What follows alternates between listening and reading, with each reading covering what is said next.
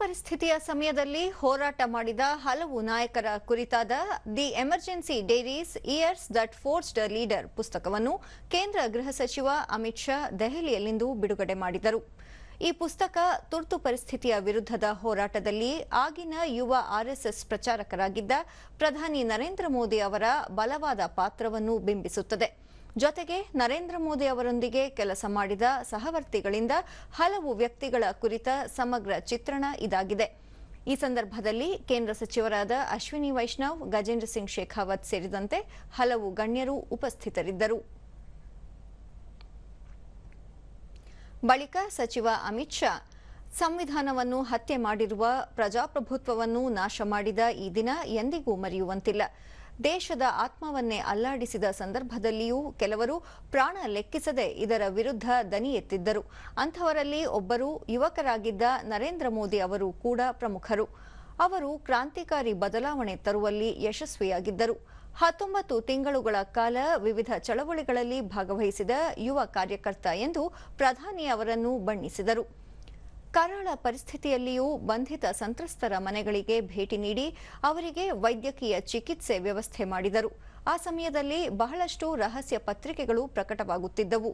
ಪ್ರಧಾನಿ ನರೇಂದ್ರ ಮೋದಿ ಅವರು ಆ ಪತ್ರಿಕೆಗಳನ್ನು ಮಾರುಕಟ್ಟೆಗಳು, ವಿದ್ಯಾರ್ಥಿಗಳು ಮತ್ತು ಮಹಿಳೆಯರಿಗೆ ವಿತರಿಸಿದರು ಮತ್ತು 25ನೇ ವಯಸ್ಸಿನಲ್ಲಿ ಗುಜರಾತ್ನಲ್ಲಿ ಹೋರಾಟವನ್ನು ನಡೆಸಿದರು. ಈ ಸಂಪೂರ್ಣ ಯಶೋಗಾಥೆ ಈ ಪುಸ್ತಕದಲ್ಲಿದೆ ಎಂದರು.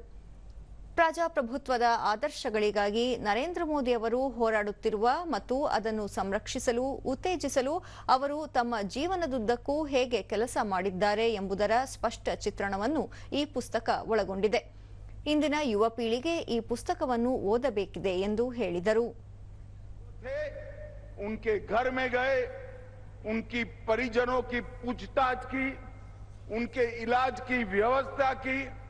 कई सारे गुप्त अखबार निकलते थे, उसको बाजारों में, चौराहों पर, विद्यार्थियों में, महिलाओं में बांटने का काम किया और गुजरात के अंदर एक संघर्ष का नेतृत्व इस युवा अवस्था में 24-25 साल के युवा नरेंद्र मोदी ने किया.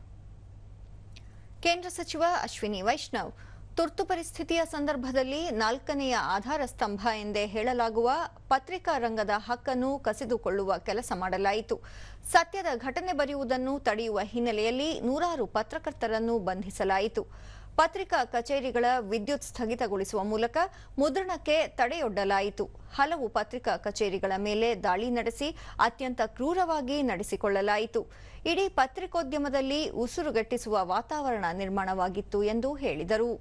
एक उदाहरण है, 28 जून को इंडियन एक्सप्रेस में पब्लिश हुआ ये ब्लैंक एडिटोरियल, जो मीडिया सेंसरशिप को उन्हीं की जवाब में, उन्हीं की भाषा में एक करारा जवाब था. जो लोग आज संविधान की कॉपी को लिए घूमते हैं, उनको याद रखना चाहिए ये उन्हीं की पार्टी, उन्हीं के दल का काम था, जिसका जवाब मीडिया ने इस तरह से एक ब्लैंक एडिटोरियल बना के दिया था. ऐसे कई करेजियस वॉरियर्स हैं जिन्होंने उस डिक्टेटरशिप को, उसे लड़े और संविधान की रक्षा की.